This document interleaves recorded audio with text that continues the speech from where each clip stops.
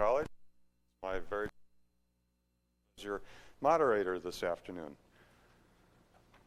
Let me be the first to tell you time travel is indeed possible. In compliments of the Popcorn Forum, we're going to do just that this afternoon. We're going to meet three of history's more prominent citizens, and we'll get to spend some time with them this afternoon and get their perspectives on both society and culture and kind of time in their time. Let me explain kind of this afternoon how this forum will work. First, we'll meet each of the participants, our guests today at the forum. They will speak to you. After that is finished, we're going to open up for a question and answer period from the audience. And what I would do there, and I'll explain it kind of up front, I'd like to have all of us, or all of the participants, our guests, be asked questions. So let's kind of move it through. Nobody two in a row. We'll just kind of keep moving along so each of our guests has a chance to talk with us. So let's begin. Our first guest is a man who started work as a mule tender and by age 25 purchased his first newspaper. The rest, as they say, is history. Please welcome Joseph Pulitzer.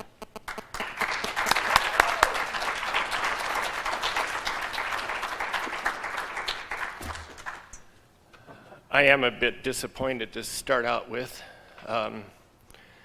One of the things that I always stressed in my newspaper life was accuracy, accuracy, accuracy. You pronounced my name incorrectly, young man. Okay. It isn't Pulitzer, and it isn't Pulitzer. It's Pulitzer is the correct way to pronounce my name.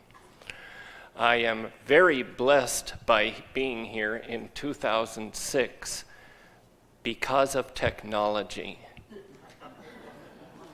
And here's why. Number one, in my later life, I've had a really bad problem with a disease that now you call, what do you call it now? Tourette's syndrome.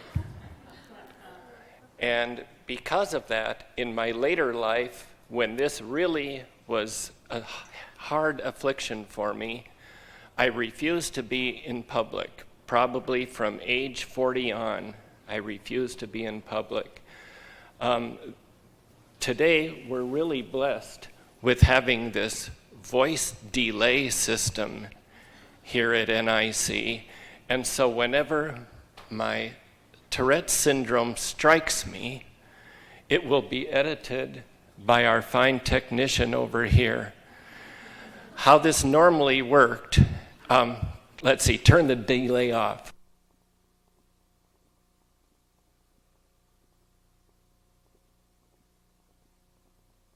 Okay, how this would work, I would say a word such as independent. That's what I would mean to say, but instead I would, due to Tourette's syndrome, I would say indie fartin pendant. I would put obscenity in between syllables, and I was often mimicked for this. Okay, you can put the delay back on again now. Okay, another blessing in technology that I'm so pleased with is Extreme Makeover. And I'll explain that as I explain the beginning of my life right now. I was born in 1847 in Austria to a Jewish father and a Catholic mother. Our family was extremely wealthy. I was very well educated, and I was fluent in English, German, and French at a very early age. I also was extremely rebellious. And at age 17, although I had every comfort a guy could ever want, at age 17, I left my family and I tried to join the Army. Well, not just the Army. I tried to join the German Army, the French Army, and the English Army, and they all refused me. And here's where the extreme makeover comes in. I was an ugly son of a gun. Okay, I'm not kidding. Before my extreme makeover, I evidently had an Adam's apple that was so huge that it practically touched my chin, that was so huge that it practically touched my nose, that was so huge. I also was 6'3" when I was a strapling youngster, and I weighed 150 pounds. And I was so scrawny and so funny looking that none of these armies would let me be in. Well, then I got lucky, I guess, because the U.S. Union Army came to Europe looking for volunteers who would be allowed to immigrate to the United States if they joined the Union Army. And I did this.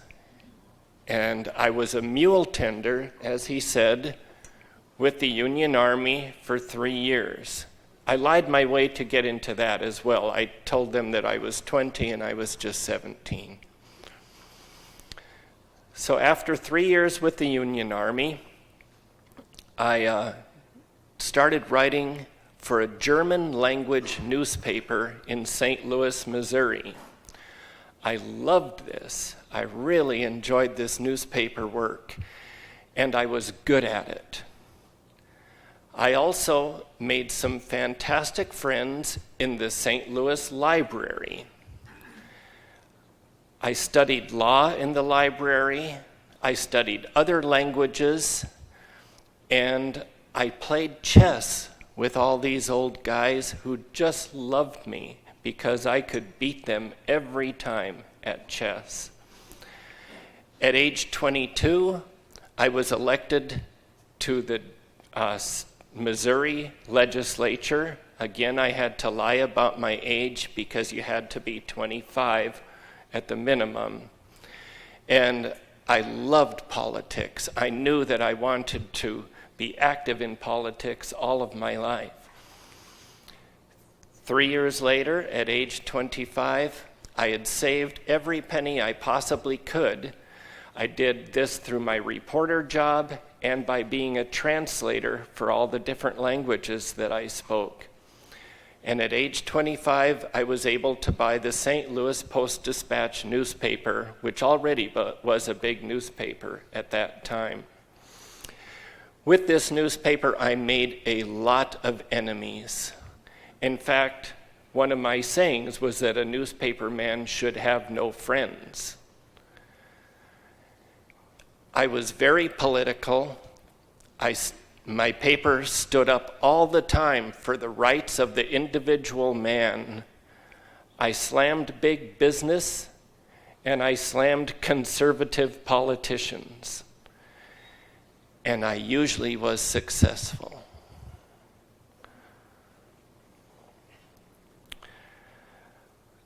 Within 3 more years, I had purchased 16 other newspapers. And by 1978, I went to New York and I bought a floundering newspaper named the New York World. At that time, the New York World had a circulation of 15,000 subscribers. Within 2 years, I had rejuvenated this newspaper to the extent that it grew 2 years from 15,000 subscribers to 200,000 subscribers. And I did this by the policies that I told you earlier. I supported the common man, and therefore the common man bought my common newspaper. and it was very successful. I learned that I could say anything I wanted about big business. Yes, they might refuse to advertise for a month, but then they would discover they couldn't afford not to advertise, and so I would regain them as clients. Other things that I did, I really bolstered and was the first newspaper publisher to put out the Super Sunday issue. It would include everything that today's Sunday papers had. And in doing this also, I took advantage, once again, of technology. Right about then, what is called the two-cylinder press was invented. Well, the earlier press was simply like this. Two presses were like that. You put a piece of paper in the middle and you went plunk, and that's how you printed it. Well, when I was in my heyday, it was like this. Two cylinders with the print wrapped around each cylinder, and the paper went between them. Another thing that happened right then was mass literacy. Children had to go to school, they had to learn to read. So of course I'd encourage them to read my newspapers. Well, I also had no friends. I carried a gun at all times. I made sure that my reporters and editors had guns. And one of my editors one time had to kill a man who came into our office very angry. At one time, my wife was pregnant, and she had a hankering for tomatoes. And so I was with her, and I had tomatoes in my pockets. And a man began to assault me, and I threw tomato after tomato at him, and he ran away.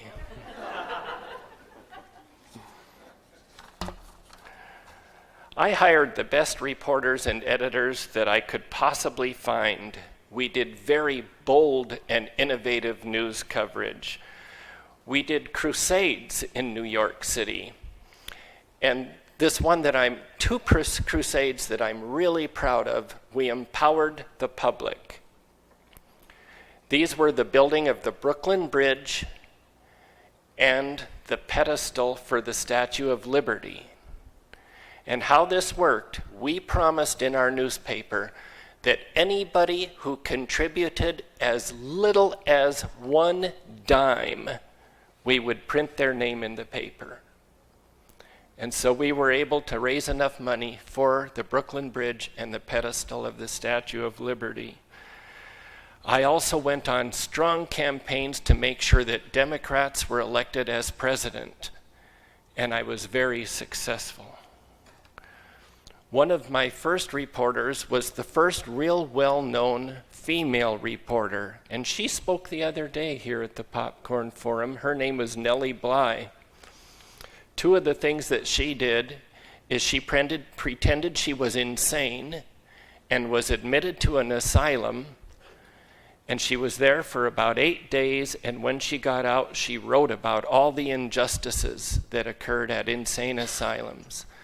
She then went on a trip around the world, and she beat the legendary Phineas Foggs around the world in 180 days. She did it in 172 and wrote continual stories about that.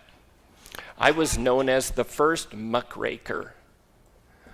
I exposed all the crap of all the politicians that needed it, especially the non-Democrats. I tried to expose every evildoer. Here's my philosophy. I'm going to read this to you slowly, and I want you to think about each part of this philosophy because it really makes sense. And this is my news philosophy.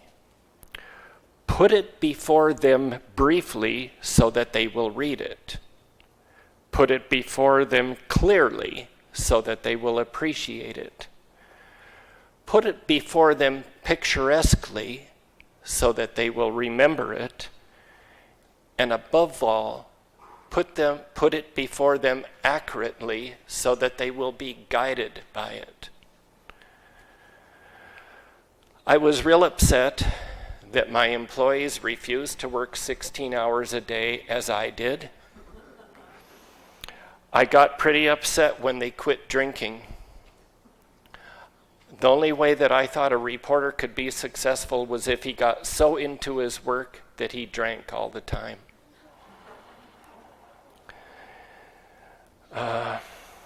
Then a strange opponent appeared on the horizon. His name was William Randolph Hearst. And that turkey copied me. He first had a newspaper in San Francisco, and he watched what I had done, and he did the same things that I had done.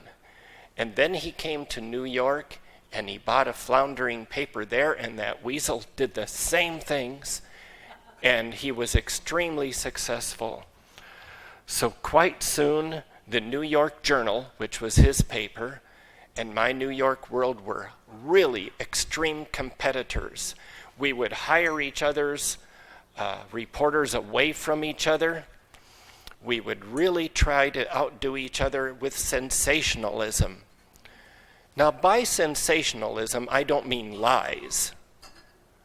I just mean that you would run it bigger. And you might magnify the story a little bit. We did this, we tried to run more and more and bigger, and we found out that we were both going broke. And so we decided the only way we could fix this was by buying cheaper newsprint, that the paper that the newspaper was printed on was cheaper. And this paper, in order to be affordable, was yellow. And so when it ran off the press and came out on the streets, here it was, yellow and very sensational, and that's where today's term of yellow journalism has come from. The final kick on all this was that I was the first one to add color to a newspaper. And what better color to fit this than yellow? And so I also hired the very first cartoonist for newspapers. And the product was the Yellow Kid.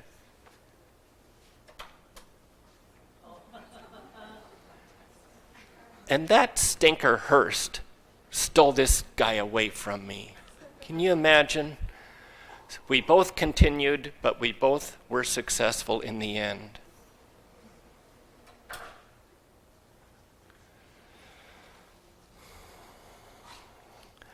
I stuck with politics. I was elected to New York's Congress in 1985 and 1986. Between working 16 hours a day at the newspaper and being in Congress and being unhealthy to start with. They said I was so skinny because my chin and my nose were so big that I couldn't get food in my mouth. That's what I got teased about all the time. I also had really poor eyesight.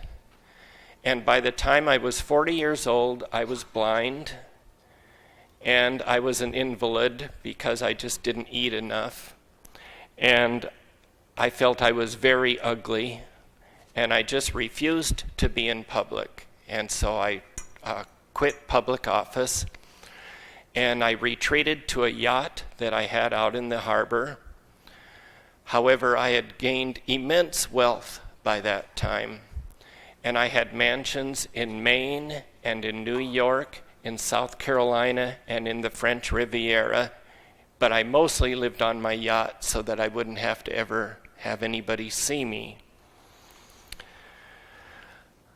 When I finally died, can I die if I'm talking to you? I don't know. But I had been a fantastic philanthropist. I had endowed the Columbia University School of Journalism. I had endowed the Pulitzer Prizes, which are awarded to 14 people every year. I was the main supporter of the Metropolitan Museum of Art and the New York Philharmonic Society. And I built the huge statue and fountain that's in front of the Plaza Hotel in New York City. So, by the time I died, I owned 46 newspapers. My family still owns these papers today. They are led by my relatives, my descendants, who also own 9 television stations and the St. Louis Cardinals. And that's it.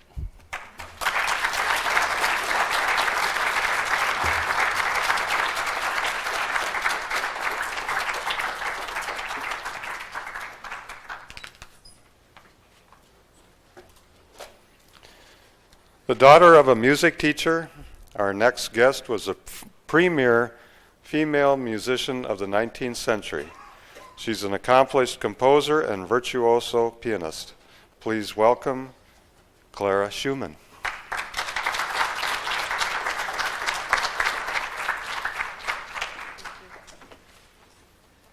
Guten Tag, good afternoon.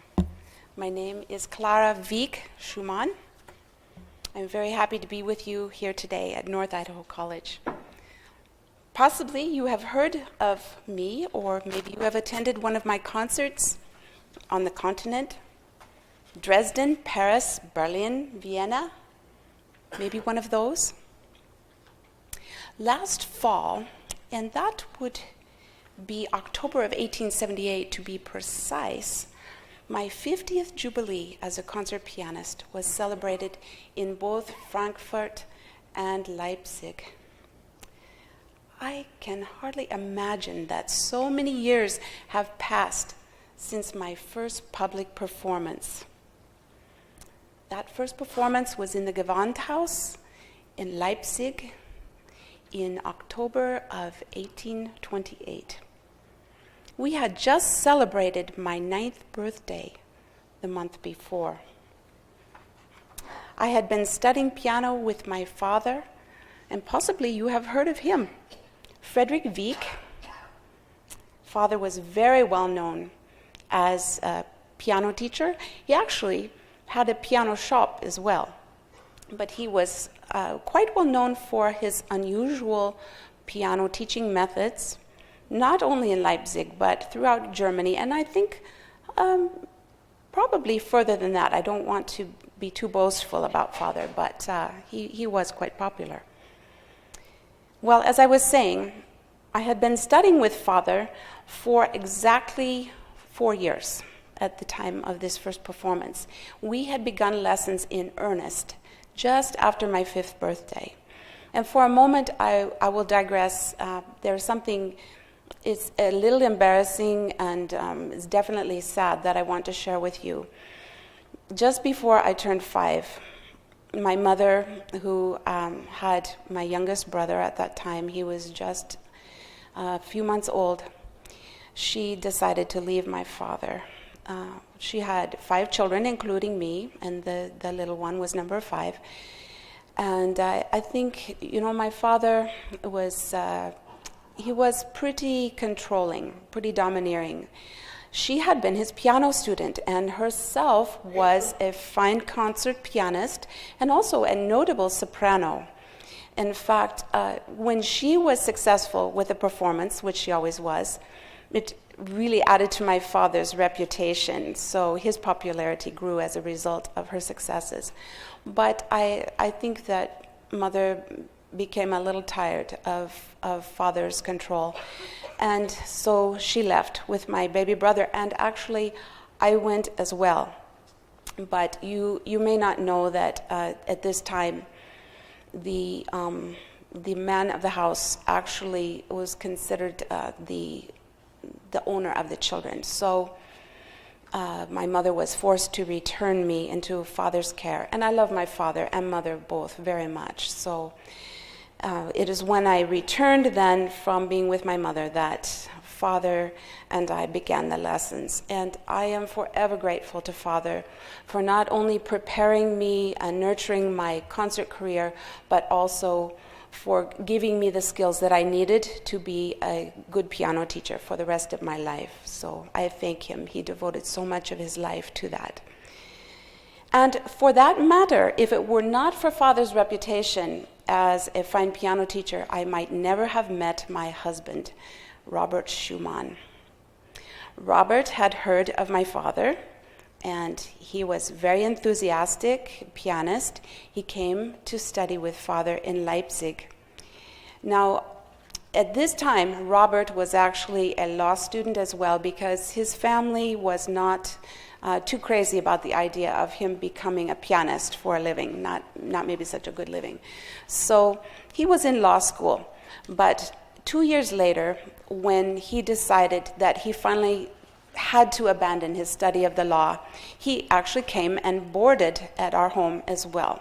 This was customary at the time. If you did not live in the town with your piano teacher, then you lived with them.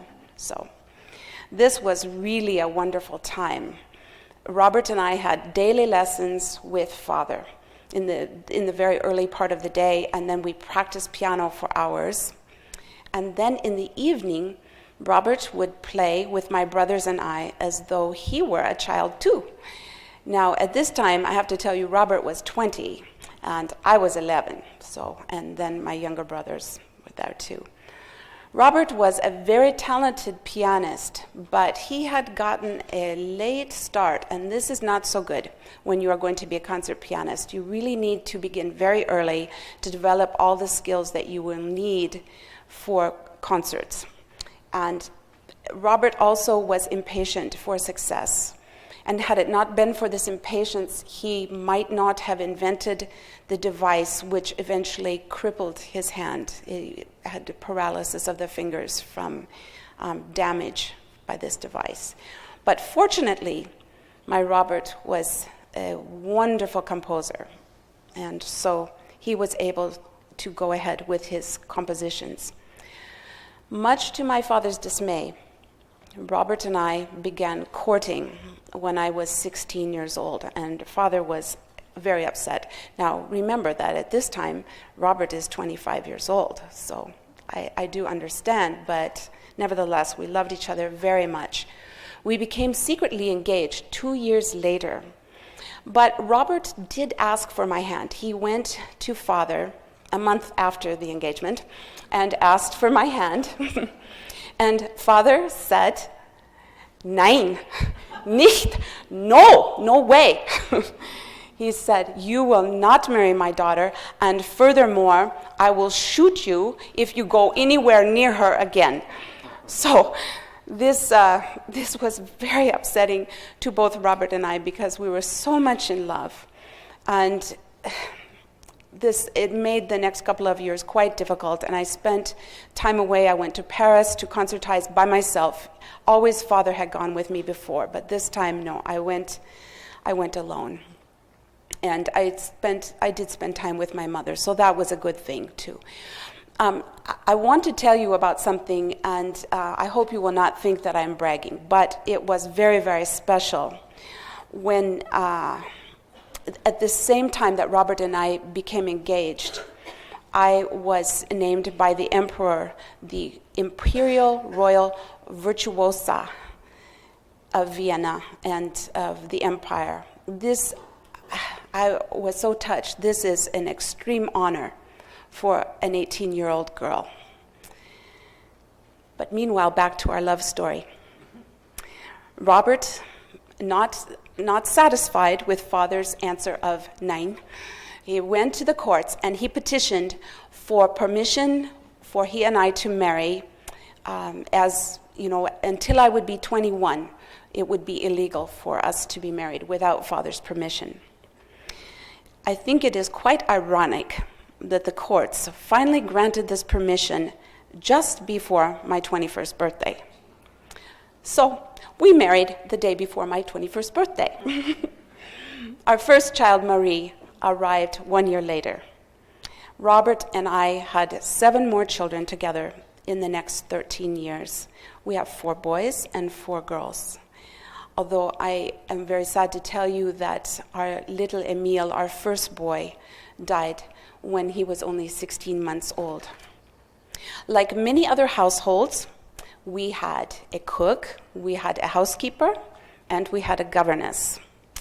And yet I found it very difficult to balance the demands of childbearing, of running the household, teaching, practicing, playing concerts, going on tour, sometimes with Robert. Robert really hated to tour. I actually loved it. But sometimes we went together, sometimes it was me alone. And this was very difficult. I knew of other professional women at this time who, when it became obvious that they were with child, they would go into confinement for the remainder of the pregnancy. But I generally kept playing concerts and teaching until 1 week before each baby was born. I liked to work. So I don't know, this is another very sad thing that I have to tell you, and I don't know if you are aware that my Robert was mentally ill. It became even more difficult for me to practice, to prepare for concerts. As his illness increased, the sound of the piano, of my practicing, especially if he was trying to compose, was just very irritating to him. And this made it very difficult for me, but I understood completely. We had a loving relationship. There's no problem. We love each other very much. And Robert always told our friends how happy he was to have a home with the merriment and bustle of so many children. He wanted a lot of children. But his illness, in spite of our good relationship, in spite of loving his children, his illness increased. And he finally attempted suicide. This is a day that I will never forget. February 27th of 1854. He threw himself off the bridge over the Rhine River. The doctors told me that Robert needed to be institutionalized to protect him from himself. After Robert entered the institution, the asylum, we had our last baby 4 months later. I don't think that Robert was even aware that we had another child. And 4 months after that, I departed on a series of long concert tours. And I will be honest with you that many people stepped forward to offer financial assistance so that I could remain home with the children. They were very kind, but I turned their offers away politely but emphatically. And I will confess to you that this was a great deal because I had this restless energy that I needed to go on the road again. I needed to get away, to play these concerts. It compelled me to go. At this point, I need to tell you about someone who was very important in Robert's and my life. Johannes Brahms, a young man, arrived at our doorstep in the fall of 1853. This was just 5 months before Robert's breakdown. Johannes had been sent by friends, musical friends, who told him that if he wanted his career to really take off, that he should come see us, and that Robert's magazine, Neue Zeitschrift für Musik, a very fine musical publication, would be the way to get his concert career and his compositional career launched. So he came to us, and we could not have been more delighted. He was such a fine pianist. He is such a fine pianist. And his compositions so wonderful. We loved him. He was much younger. He was just 20 years old. But Robert was absolutely euphoric. And we invited him into our home every day for several months. He played for us. We had so many fine conversations. And this was a happy time for Robert and I. I never dreamt how this young man would be a comfort, such a comfort to my children and I in the difficult times to come, and that he would be my best friend forever. Johannes, when I left, after Robert was committed to the asylum and I left on tour, Johannes came into our home and he helped run the household. He provided a sense of normalcy for the children who were devastated by the loss of their father. They love Johannes, and this was a good thing for them. Honoring Robert's physician's advice, I did not go to the asylum for the next 2.5 years, and I am sad about that. I have to say, though, I was afraid to go see him. He had been the love of my life since I was a child, since the first time he came to study with Father. And I knew that when I went to see him, it would not be the Robert I knew. He had been a musical genius. He had been my mentor, my confidant. And now, in place of that brilliant star of intelligence, would be the flame of insanity, and I could not bear to see it. But after 2.5 years, I finally did go to I spent 2 days with Robert, feeding him and comforting him. He was in very, very poor condition. And on the 3rd day, when I left his side for a short time, and I returned, he had slipped away. Robert was just 46 years old when he passed from this life. His head was beautiful in death. It was finely rounded and the skin so transparent. I stood at the body of my beloved husband, and I was calm. My feelings were of thankfulness to God for finally releasing him. As I knelt at his bed, I had such a holy feeling, as if Robert was there with his magnificent spirit hovering above me. If he had only taken me with him, he has taken my love with him. Nearly 23 years have passed since Robert's death. In that time, there have been other losses to endure. Our son, Ludwig, was found to be incurably mentally ill as well. That was when he was just 22 years old. Our daughter Julie, happily married and pregnant with her 3rd child, 27 years old, died of what I think you call tuberculosis today. We call it consumption. My mother died that very same year. And my father, although they were separated, I loved them so much. My father died the next year. And you might wonder why I am here, how I could bear to come. But just last month, my youngest son, Felix, died. He died of tuberculosis as well. The years, though, have been filled with many happinesses, not just sad things.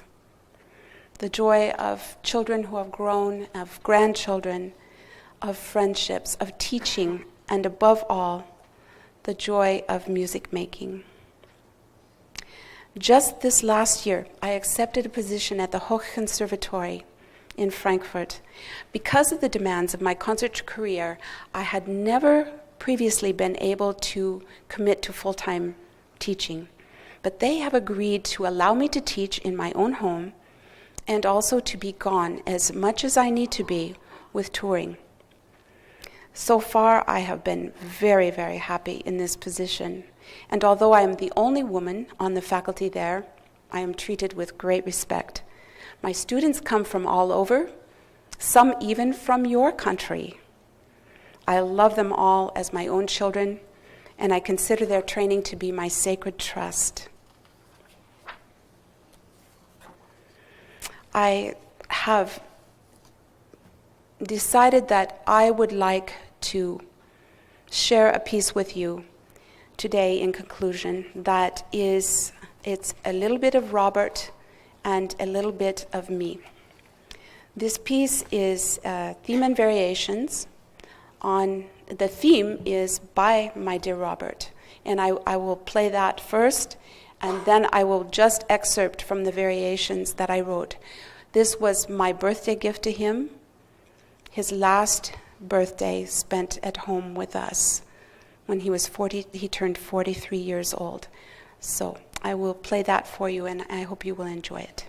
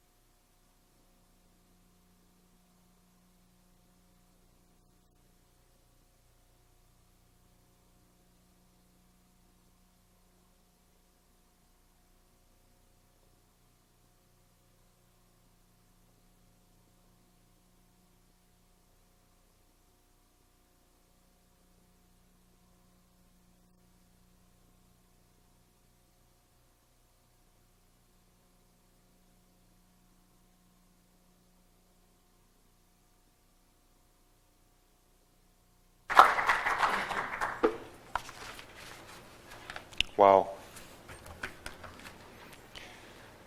Now I am pleased to introduce a woman who was able to form tradition and make immense impact on the society of her time and history in general.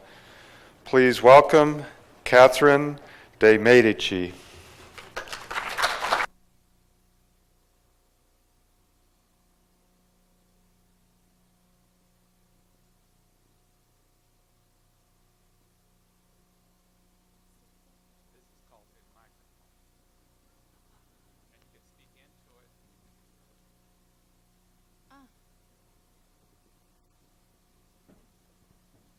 Just like this.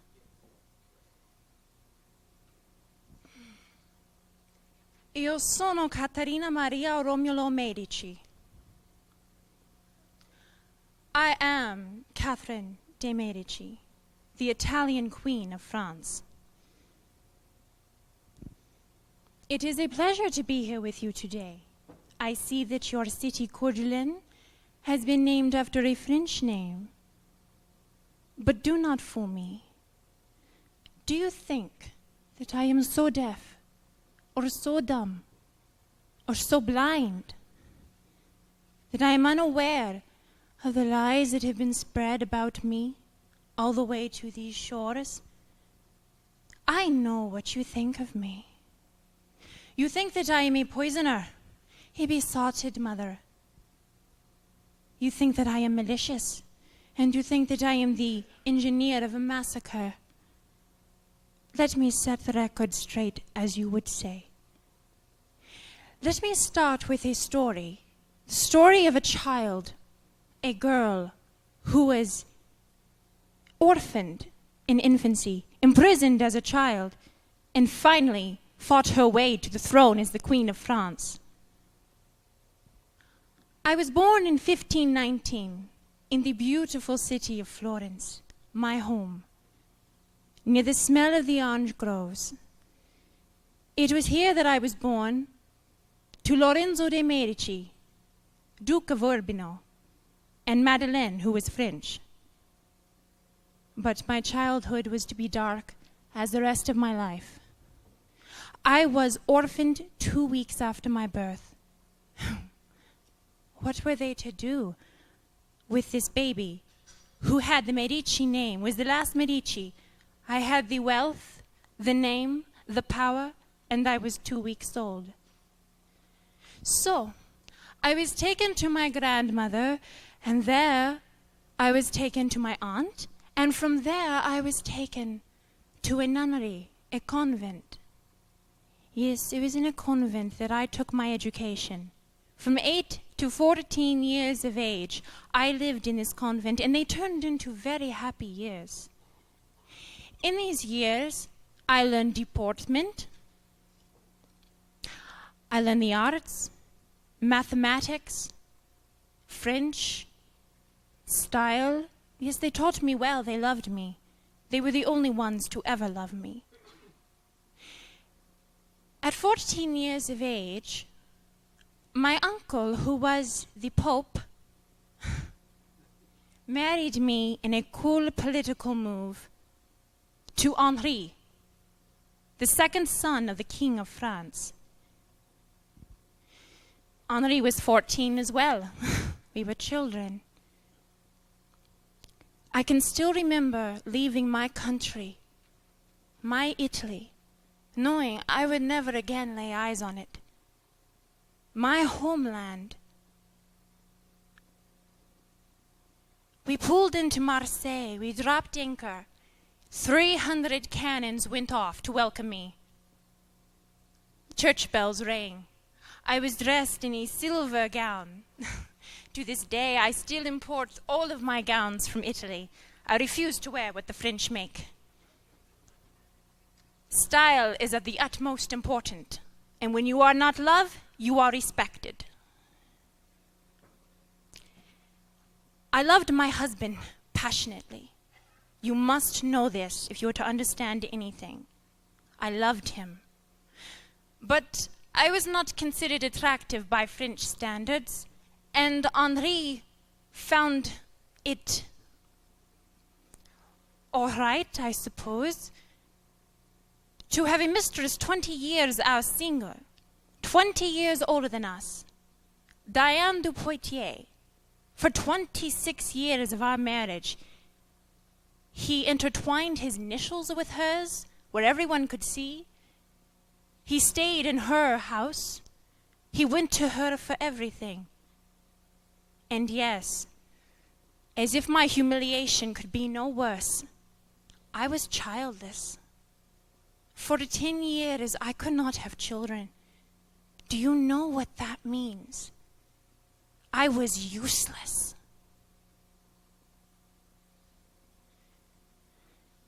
Henri's older brother died, and we were in line for the throne. And I was smart. It is not for nothing that Machiavelli dedicated his book to my father, Lorenzo. I was not his pupil, like they say. I did not carry his book like a Bible. No, he merely talked about everything that was in me, in all true Medicis. And so, I decided to gain the respect of my father-in-law. Yes, Francois found me witty, amusing, charming, and bright, and I followed him everywhere. I was a supreme horseback rider.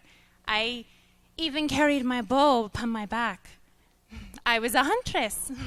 It's funny that my husband's mistress should be called Diane when I believe I am much more like Diane, the goddess of the hunt, no? Alors, so, where was I? Oh, yes. I was childless. For 10 years, I furthered my education, and then it happened. I had a child, and not just a child, a boy. Francois II, a son. For the next 12 years, I had a child almost every year, 3 of whom died in infancy. They were all sickly like their father, whom I loved, but he did not have my robust lineage.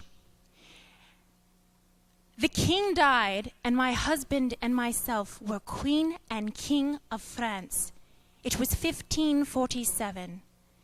Civil war was ravaging the country. The Protestants, the French Protestants, and the French Catholics were fighting. They were tearing our country apart.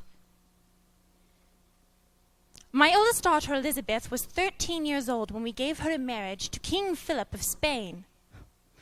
A beautiful political move. And, however, this is when my life would change. It was the year of 1559. My husband loved to joust. And one night I had a dream. I dreamt of him, and there was blood everywhere, and I could not talk to him. The next morning, he informed me he was going to joust that afternoon in a competition to celebrate our daughter's marriage. I said, no, Henri, no, do not do this. Please, I love you and I've had a dream. And he said to me so sarcastically, my love, it's for you I do this, no? It's not for me. He went and he jousted, and a lance splintered off, went through his left eye, and bled. For 10 days, no one but me was allowed in his room. I held him in my arms. On July 10th, a Friday, 1559, he died, and his words to me were surprising. He said, to you, Katharina, I leave my kingdom and my children. Don't lose our legacy. Not even his mistress was near. It was just us. And I changed. I left the room and I told them, we will not mourn. You will put his body in the tomb. It is time to move. We have to go. I know what is going to happen. The papal throne will be trying to fight for us. Elizabeth in England, she's going to want something too, all of them. And now we must make them listen. They looked at me. What can you little Italian woman do? little Italian woman, you little serpent, they said. You think you're going to do something here to help? And I said, do not cross me wrong.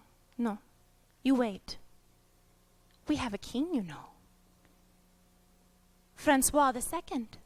Oh, he's young, he's 16, but he's a king, and I'm his mother. And so he took the throne, and he went to me for advice. And then he married Mary of Scots, and that was unfortunate because she tried to completely to put her thoughts into his head. She was such a strong Catholic, and I was Catholic. I was openly Catholic. But you must understand, everything I did as a manipulation, on purpose, of course. It was so that I could keep dominion in my country, for my children. I promised my husband that I would do this. So, Francis actually died. He was not my favorite son, but I did love him, but he died, and Charles was next. But Charles was 10 years old, and in a very so brilliant move, I took the power. I was the supreme monarch of France. Now, I know that all of you will be thinking, you hear the name Charles IX, and you immediately associate our names together with the infamous Massacre of St Bartholomew's Day. I know, it was sad. I'm sorry that so many people died, but it was necessary. The massacre was a surgical operation that went wrong, a necessary surgical operation. It was not a premeditated genocide. Hundreds of French Protestant men, women, and children were murdered, mutilated, but it was a lesson, and they learned it.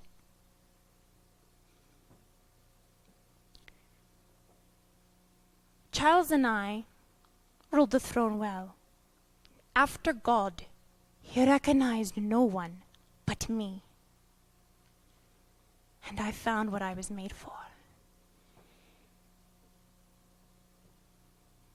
It is said that I wanted glory just for myself, that I was in the occult. No, it's not true. You must understand, my supreme goal in everything I did was to free my kingdom from the leeches that wanted nothing more than to drain its lifeblood from it to death, to preserve the monarchy. And for 30 years, I did just this. Charles died too, and it was here that I really discovered my flaw, because my baby, Henri, my precious eyes, the one boy who looked so much like me, he took the throne, but Henri, he tricked me. He rebelled against me. One night, I was asleep, and Henri, young 23-year-old king, too impulsive, he assassinated the leader of the Catholic organization. He assassinated the guys underneath my floor, underneath my bedroom. And he came to me, stupid fool, and he says to me, Mother, I've solved our problems, I murdered him. And I said, have I taught you nothing about power? I have not been the same since. My health is even going. I'm amazed that I have made this trip. And so, dear Americans, whose country amazes me politically, no monarchy, and yet look at you. I don't know if I like it or not. If you were to remember me in any way, through everything, choose what you will. But know this. This Italian princess became Queen of France, and she lived. And she did it herself. No God, it was not moral conviction. I did not let myself be ruled by morals and moral convictions. Everything I did for one reason, and that was the furtherance of the crown and the monarchy. Remember me as this, a mother with the crown. Hello.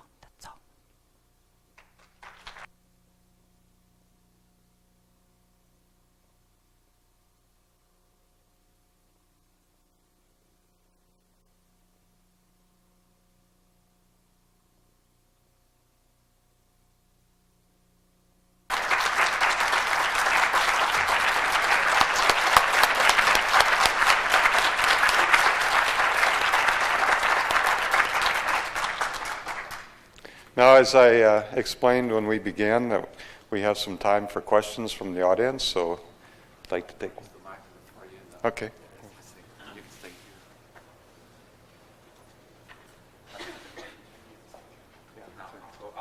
Okay. Yes, sir.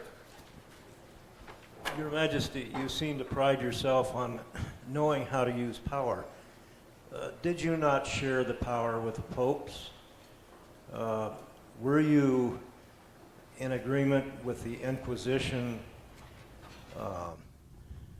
Were you at odds or at war with the Protestants, the Freemasons, the Jews? Did you really not have to share power?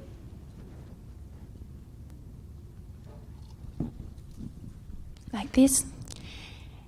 I like your question. It is very much in my line of thinking.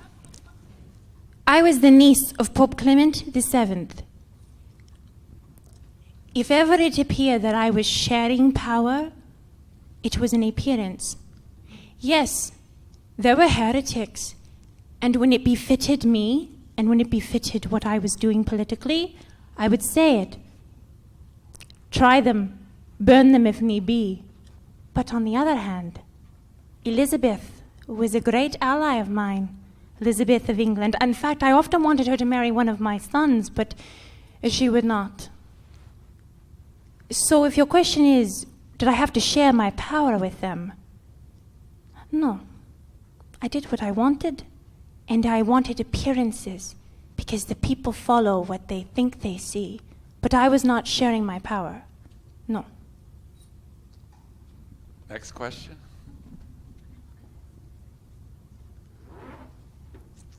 Yes. Oh, I just wanted to have Okay, I'd just like to have you say your name again.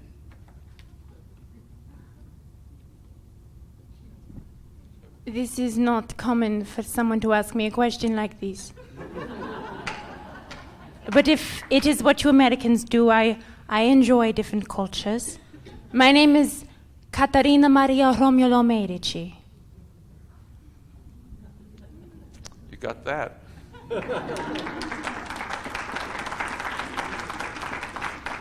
Next question, please. Who wishes to be next? Take advantage of this opportunity. Back here we have one.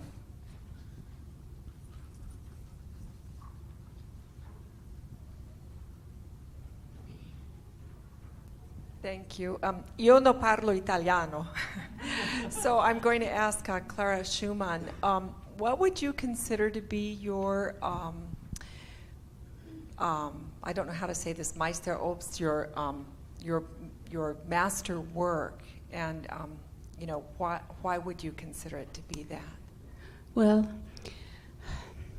I did not tell you this, but when Robert and I were first married, we enjoyed very much studying composition. We studied the works of J.S. Bach, and we wrote many things together. But when I was 27, I decided that it was really not right for me to continue to compose. My talent was the lesser compared to Robert. I felt that my gift in composition was quite minor, that it was like women's work, and that not one woman had succeeded in composition, and who was I to think that I could succeed. However, I also was torn because there was great joy in composition for me as well. I would say, in answer to your question, that probably the piano works, of approximately 20 piano works, are my favorite of the things that I have written, and I think the small part I play for you of my variations on Robert's theme, 7 variations, is probably my favorite because it expresses my love for him and the unity in our marriage. Before we married, I did always play my own compositions on my concerts as well as those of other composers, my friends Chopin and Mendelssohn, and of course after we met Brahms, always championing the works of Brahms, and my husband always in concerts since then. But of my own, yes, I think maybe the variations are my favorite. Thank you. Mr. Pulitzer, I have a question for you.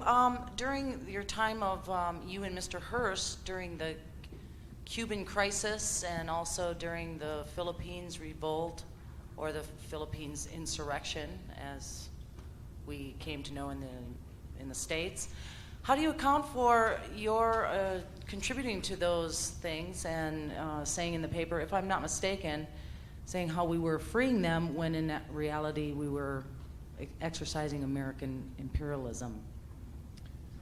I would say that Mr. Hearst was actually to blame for that. He sent the artist Frederick Remington to Spain to draw illustrations of this war. And Remington got to Spain and he reported back and he said, "There's nothing to draw a picture of. There's nothing going on here." And Hearst wrote back to him, "You provide the art, I'll provide the war." And my paper simply reported on what we were fed that was going on there. It was all Hearst doing to manufacture that.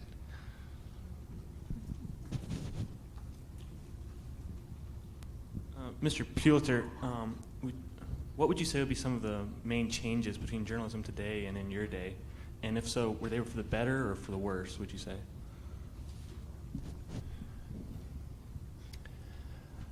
Oh, that's a tough one. I would say for worse today, mainly because the newspapers then were not controlled by big business. And today I think they are controlled by big business, and we reflect that.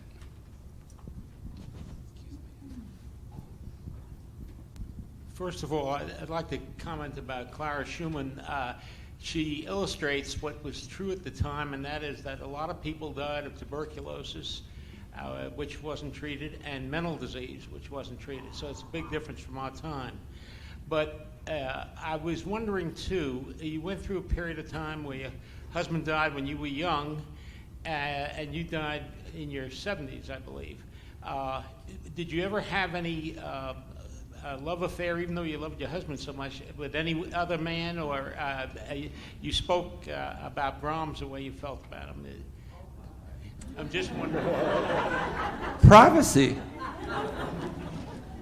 Well, sir, I think that what you have asked is not proper for a gentlewoman to answer. But I will tell you that Johannes is my best friend in the world. We share much music together. He will send me his compositions, and I go over them as I would Robert's, and tell him very honestly what I think, what I like, and what I don't like. And I also, as I do perform Robert's works on all my concerts, I perform Johannes' works as well. I love him very much as a good friend. And you know, my daughter that died, Julie, the one who had tuberculosis, quite honestly, I think that Johannes was in love with Julie. And I cannot say what he feels for me beyond friendship, but I will tell you he is a wonderful friend. So. My question's for Catherine. I was wondering, how did you deal with your husband's mistress? How did I deal with her? Composure. Composure is everything as royalty. You cannot show what you feel. But young lady, let me give you an example, in case you were ever in the same problem. God save you. One day I was sitting upon my bed, and Diane de Poitiers walked by me, and I was reading a book, and she said, Your Highness, what are you reading? And I said, it is a book on the chronicles of French history. And it has struck me, I am not so abnormal. Almost every king in French history has had his affair governed by his whores. Does that answer your question? Anyone else? I'll go around this way.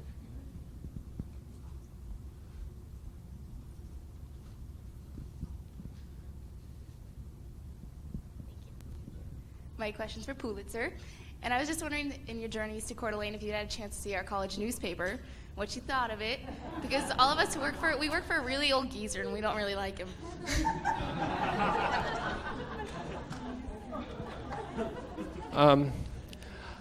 I don't think you take your jobs seriously enough,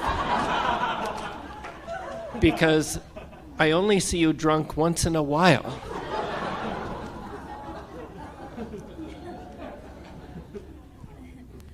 My question is for Clara. You mentioned that you were the only woman on the faculty. Where, and were you the first? I am teaching at the Hoch Conservatory in Frankfurt, and yes, I am the only woman. In fact, I did hear through channels that another woman came and applied, and the director said, Ms. Schumann is our only woman on the faculty, and she is not really a woman, but I don't know what he meant by that. But he said, there will not be another one. So I'm very honored by that. I love teaching there, and I don't think he meant that in a mean fashion, because he is actually very kind to me. All members of the faculty are very, very nice to me, and I'm very happy to be there. Thank you. It's that point now where it's probably one of the more fun parts. We're going to ask our guests to step out of character, introduce themselves, and tell us who you really are. So maybe we can start with Nils. Nils? I took my hair off real easily. My name is Nils Rosedal, and I'm the journalism instructor and newspaper advisor here at NIC, a job that I've had for 21 years, and I love it. This is just a great place to be. Joseph Pulitzer did so much for the newspaper industry, both in technology and in design and in his ideals for coverage and fairness and striving for the rights of the common man. He's just an ideal person as far as a news person. Another reason why I think he was a fantastic person to talk about here is the way that he overcame some of his adversities. I mean, at age 17, he left a very wealthy family, and at age 22, he had already owned a huge newspaper in St. Louis. And he did have physical problems, and he overcame those with confidence and with intelligence and common sense. And those three things, I think, were a super combination.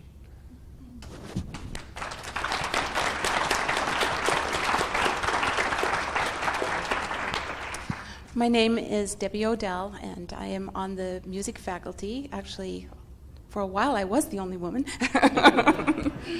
here at NIC. I teach piano and music classes as well as humanities, and I love teaching here very much. I chose Clara Schumann because she has always been a great fascination for me. Actually, the trio of her husband Robert and herself and Johannes Brahms have been my three favorite composers for many years, and so I've enjoyed reading very much about them. Clara is quite amazing to me because, her virtuosity was unparalleled. She was considered only second possibly to Liszt at the time. That is in the field of Chopin and Mendelssohn and her husband. Well, her husband, lost his ability to play, but Brahms and all the greats of the time. So this was amazing. She was actually quite well known by the age of 12. And just an astounding pianist. And, we see in looking at her life how even though she did have the assistance of people working in her home, it was still quite amazing that she was able to maintain a concert career with all the responsibilities of the home, as well as then she did concertize until 2 years before her death. She died at age 74 of a stroke. And in answer to the gentleman's question, there is a lot of speculation certainly on the closeness of her and Brahms, and there is no evidence beyond what I've said, no hard evidence. But Johannes, although he was much younger, Clara was 9 years younger than Robert. Robert was born in 1810 and Clara in 1819. And Brahms was born in 1833, so very much her junior. He never married, and when Clara died, he died within 11 months. So I think there's, people do speculate about the connection. But she just absolutely an amazing woman. They say that she had the largest hands of any woman known, and I can testify that's probably true because although I'm tall, I can barely reach many of the things that she wrote. And I think that her humility also in, what she said was not exactly true when she said that no other women had succeeded at composition. That is not exactly true, but it was her humility, her true humility speaking, that she really felt that her works were inadequate in the face of what her husband and others were able to do, and she was instead very happy to perform their works once she married, very seldom including her own works on programs from that point. So I admire her humility.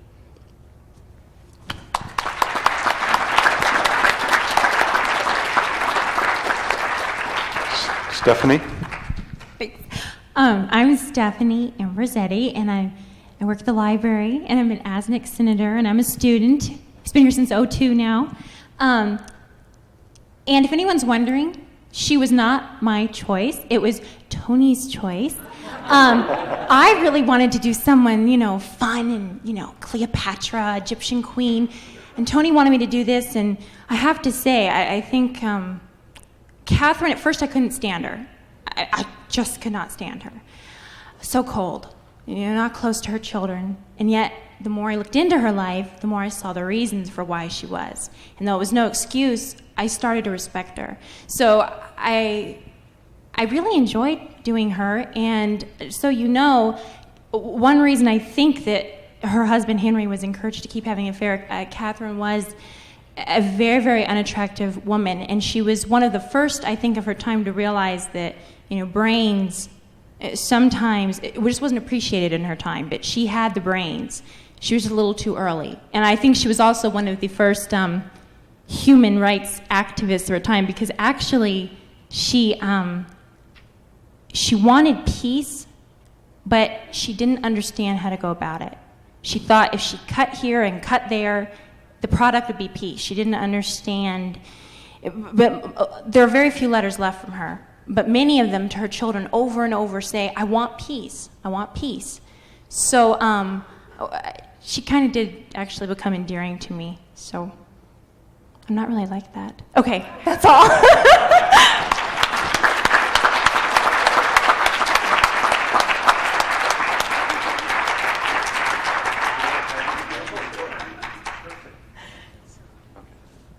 Let me just say to Bruce, too, again, he is a great moderator, and I was spellbound during this and even very emotional. I think they're just extraordinary.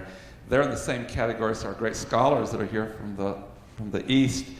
we have one more day tomorrow. It'll be just like today, and so hope you'll be back tomorrow. And let's one more time show what an Idaho thank you is to an extraordinary power.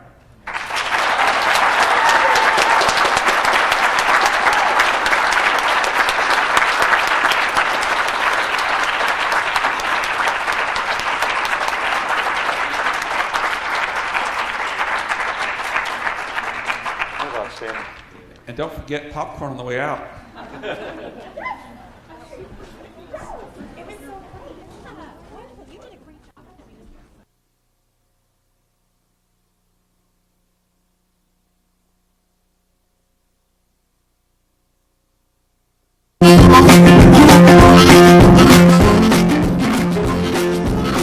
Say we're gone out the country, baby. Knock them miles down. Say we're gone out the country, baby. Knock them miles down. Say we're going to a party with the best old fools around. This is the center with chicken, baby. I bought nice and new. This is the center with chicken, baby. I bought nice and new. Well, we gonna stop by Catfish Creek, sonny, unless you catch us a few. Big sister coming from Jersey, baby. Rest from Alabama. Big sister coming from Jersey, baby. Rest from Alabama. Miss Hunnicutt Center.